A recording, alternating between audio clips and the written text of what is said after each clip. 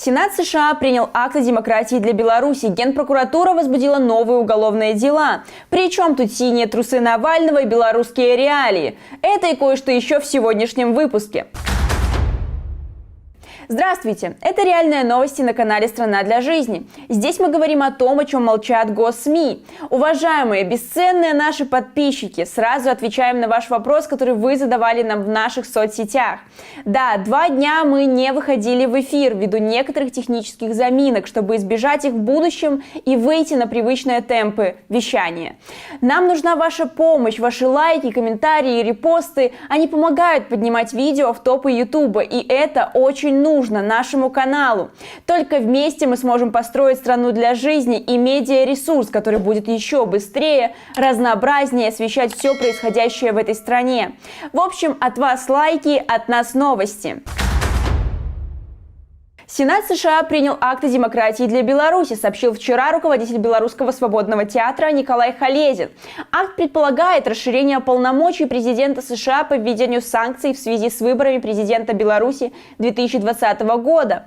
Визовые санкции могут быть введены против любого иностранца, являющегося членом ЦИК в отношении правительственного лица, представителя союзного государства либо российского гражданина, принимавшего участие в преследовании СМИ, нарушении прав человека, касательно политических репрессий. Акт о демократии в Беларуси содержит и такие положения. Признает Координационный совет законным институтом для участия в диалоге о мирной передаче власти и не признает Александра Лукашенко законно избранным лидером Беларуси. Призывает провести новые президентские и парламентские выборы в свободной и справедливой форме в соответствии со стандартами ОБСЕ. Призывает освободить всех политзаключенных без всяких предварительных условий. Поддерживает стремление народа Беларуси в свободе вероисповедания. Разрешает помощь в продвижении демократии и гражданского общества в Беларуси, заявляя, что США не признают включение Беларуси в союзное государство с Россией, требует от Соединенных Штатов стратегии по продвижению вещания свободы интернета и доступа к информации, оказывает поддержку белорусским СМИ и представителям IT-сектора. Следующий шаг – подпись президента США. После этого акт вступит в силу. И все мы думали и гадали, чем ответит ОПГ, захватившая власть в Беларуси. Ответили как могли. Генпрокуратура возбудила уголовные дела по фактам создания экстремистского формирования и руководства им, финансирования его деятельности с целью захвата государственной власти неконституционным путем. Дела возбуждены в отношении членов Координационного совета, а также Светланы Тихановской. В сообщении сказано, что Генеральная прокуратура с учетом данных, полученных в ходе расследования Следственным комитетом уголовного дела в отношении Координационного совета по части 3 статьи 361 Уголовного кодекса приняла решение о возбуждении уголовного дела в отношении Светланы Тихановской, Марии Колесниковой, Максима Знака, Павла Латушко, Ольги Ковальковой, Сергея Дылевского и иных лиц по факту создания экстремистского формирования и руководства им, то есть совершения преступления, предусмотренного частью 1 статьи 361 Уголовного кодекса. При этом в отношении одного из основателей фонда помощи для пострадавших от преследований властей BuyHelp Алексея Леончика Генеральная прокуратура возбудила уголовное дело в связи с финансированием деятельности экстремистского формирования по статье 361 Уголовного кодекса. Также против других членов Координационного совета было возбуждено дело по части 1 статьи 357 Уголовного кодекса «Заговор с целью захвата государственной власти неконституционным путем». Напомним, 20 августа генпрокурор Беларуси, тогда это был Александр Конюк, заявил, что создание и деятельность Координационного совета направлены на захват государственной власти, а также на причинение вреда национальной безопасности Республики Беларусь. Напомним, что Координационный совет был создан как площадка для переговоров с целью преодоления политического кризиса. В заявлении Координационного совета, которое последовало в ответ на пшик прокуратуры, говорится следующее. Мы всегда действовали в рамках правового поля и никогда не призывали к незаконным действиям.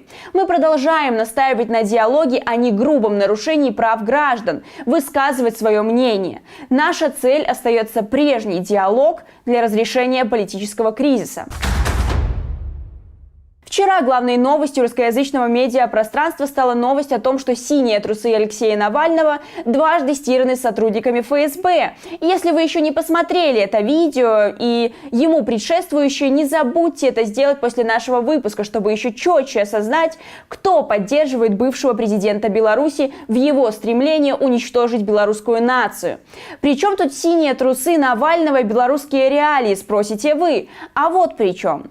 Директор аналитического центра ИАСТ Андрей Елисеев считает, что сигналом началу или продолжению операции «Синие трусы Навального» послужили в том числе протесты в Беларуси.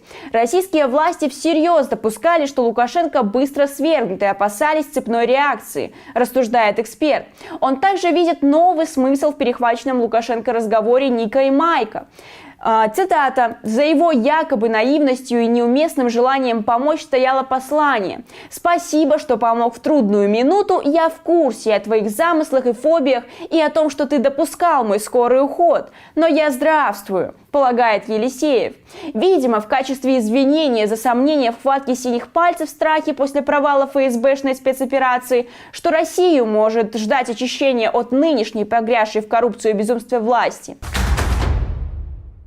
Кремль в последнее время активнее поддерживает хитро зачесанного безумца, чтобы доказать гражданам России, что Путин и его компания еще ого-го и могут на что-то влиять, кроме чистоты белья российской оппозиции. На прошлой неделе был подписан договор о сотрудничестве между МВД РБ и Росгвардией, которая теперь имеет право прийти на помощь своим коллегам, даже без приглашения. А вчера стало известно, что Россия выделит Беларуси в 2020-2021 годах государственный кредит в российских рублях. Эту информацию Тутбай подтвердили в службе Минфина Беларуси. Напомним, 21 декабря правительство России одобрило выделение Беларуси кредита на 1 миллиард долларов. Согласно условиям подписанного правительствами двух стран соглашения, первый транш кредита в сумме эквивалентной 500 миллионов долларов будет предоставлен Беларуси до конца 2020 года. Второй транш на такую же сумму в 2021 году. Средства выделяются в российских рублях, уточнили в Минфине. Известно, что задолженность Беларуси по государственным кредитам России на середину 2018 года составляла 6,3 миллиарда долларов и 60 миллиардов российских рублей, что на тот момент было эквивалентно 1 миллиарду долларов. Спустя год задолженность Минска почти не изменилась. Минфин Беларуси не раскрывает подробную структуру госдолга. Россия обещает дать эти деньги белорусским властям, чтобы те заплатили по российским же долгам. Можно сказать, что это такая страховка от объявления Беларусью дефолта. Потому что если белорусские власти вдруг объявят дефолт, то Россия вообще никаких денег не получит. А это, кажется, больше 10 миллиардов, которые они выдали Лукашенко за последние лет 10. А если дать текущей власти немного денег, чтобы они дефолт не объявляли, то с новой властью можно будет потом и договориться. Мы вам признание, а вы нам признание долгов. В общем, мы с вами, граждане Беларуси, все больше и глубже погружаемся в долги благодаря камню в виде Лукашенко, его семейки и дружков, привязанному к нашим ногам. А в качестве демонстрации успеха в лукономике к Новому году объявлен подарок нищающему населению в виде $5. С 1 января 2021 года минимальная зарплата в Беларуси составит 400 рублей. В текущем году минимальная зарплата с 1 января составляла 375 рублей. В ноябре она была проиндексирована до 388 рублей 42 копеек.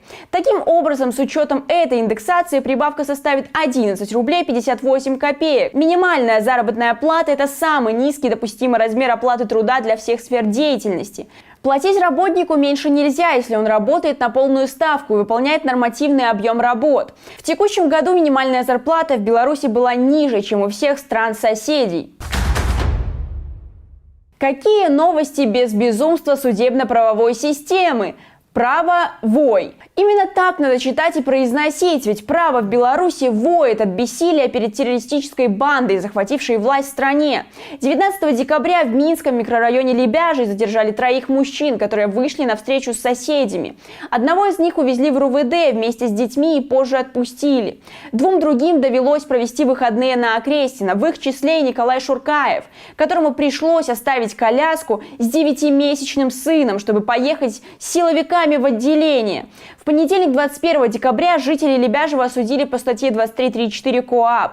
Николай Шуркаев – отец 3 детей, самому младшему всего 9 месяцев. Как рассказывала его супруга Ирина, муж вышел с ребенком на прогулку примерно в 20 часов. Сказал, что ненадолго, спустя час в дверь позвонила соседка и сообщила, что Николая задержали, а ребенка должны привезти другие люди. Дело Николая Шуркаева рассматривали в суде Центрального района города Минска. Процесс вел судья Дмитрий Корсюк. По протоколу милиции 19 декабря в период с 20:50 до 21:00 он находился у дома на проспекте Победителей 127 и умышленно нарушил закон о массовых мероприятиях. Принял участие в несанкционированном пикетировании с целью публичного выражения своих общественно-политических настроений, а именно находился в составе группы лиц и держал ленты бело-красно-белого цвета. С протоколом Николай не согласился и пояснил, в это время он возвращался с прогулки с сыном и двигался в сторону Виталюра. Николая признали виновным и назначили штраф 810 рублей. Телеграм-канал «Беларусь головного мозга» опубликовал фото, как утверждается, камеры СИЗО в Жодино. Автор так рассказывает историю этих снимков. После прибытия новой волны задержанных всех принимали в коридоре, после чего распределяли по камерам. В это время творился настоящий хаос. Более 60 человек стояли у стены. ОМОНовцы сидели в смартфонах и читали телеграм, а наши вещдоки просто валялись на полу. В этот момент мне удалось незаметно забрать свой телефон и ключи. За все 15 суток смартфон в камере так и не смогли найти. На одном фото можно видеть 17 мужчин. Автор публикации утверждает, что в 10-местной камере жили 18 человек. КГБ Беларуси, скорее всего, до конца года передаст в Генпрокуратуру дело экс-банкира Виктора Бабарика, чтобы не затягивать сроки следствия, сообщает издание «Спутник», со ссылкой на источник, знакомый с ходом расследования дела. В свою очередь, адвокат Дмитрий Лаевский подтвердил изданию, что основной фигурант еще не завершил ознакомление с материалами. Цитата: «Да, еще знакомиться, но других подробностей я не могу сказать. Мы давали подписку о неразглашении», — сказал Лаевский. По его словам, в ближайшие дни защита Бабарика сделает официальное сообщение. Жители Минска почтили память героя площади перемен Романа Бондаренко вчера, 21 декабря. Акции, посвященные Роману Бондаренко, проходили в разных городах Беларуси и за ее пределами. Вчера было 40 дней с момента его убийства. Виновные до сих пор не наказаны, уголовного дела нет по причине отсутствия оснований для его заведения. В тот день не обошлось и без ябатик. На кадры видео попал мужчина, который разрушает мемориал Роману Бондаренко на Ангарской и бросает его части в лицо женщине. Вот видео героя. Увы, но больных, мозг которых поражен госпропагандой, много. И один из способов борьбы с ними – это просвещение. И каждый из нас может присоединиться к этому нелегкому перевоспитательному процессу. Ставьте лайки, подписывайтесь и делитесь нашими видео. Только вместе мы сможем донести правду до всех и каждого. На сегодня все. До свидания. Только вместе мы сможем построить страну для жизни. Стоп таракан.